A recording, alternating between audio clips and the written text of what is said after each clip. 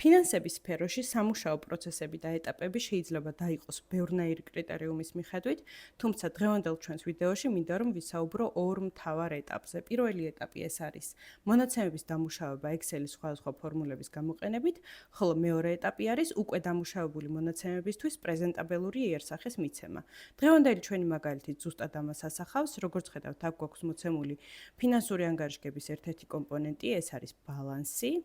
და აქ გვაქვს მოცემული შესაბამისი თარიღებიც, ანუ 2025 წლის 12-ვე თვეზე არის აქ ბალანსები აწყობილი და გვინდა რომ აქ ჩაწერილ თარიღებს მივცეთ უფრო მეტად პრეზენტაბელური სახე. ამისათვის არსებობს ორი გზა.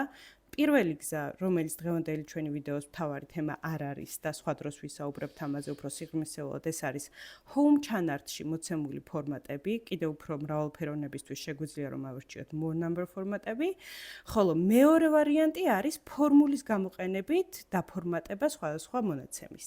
ეს ფორმულა არის text ფორმულა. პირველ რიგში text ფორმულის სინტაქსი ასეთია, რომ უნდა ავირჩიოთ ის უჯრა, რომელიც გვინდა რომ სხვანაირად დაფორმატდეს და შემდეგ უნდა მივუთითოთ, როგორ გვინდა რომ დაფორმატდეს. ამ შემთხვევაში მაგალითისთვის ავირჩიოთ, რომ გვინდა ეწეროს თვე, რომელთვის ანგარიშგებაც არის, რომელთვის მონაცემებსაც ასახავს და შემდეგ უნდა მივუთითოთ, როგორ გვინდა რომ ჩაიწეროს, ანუ რომელი წელი. მივუთითოთ ასე month და year.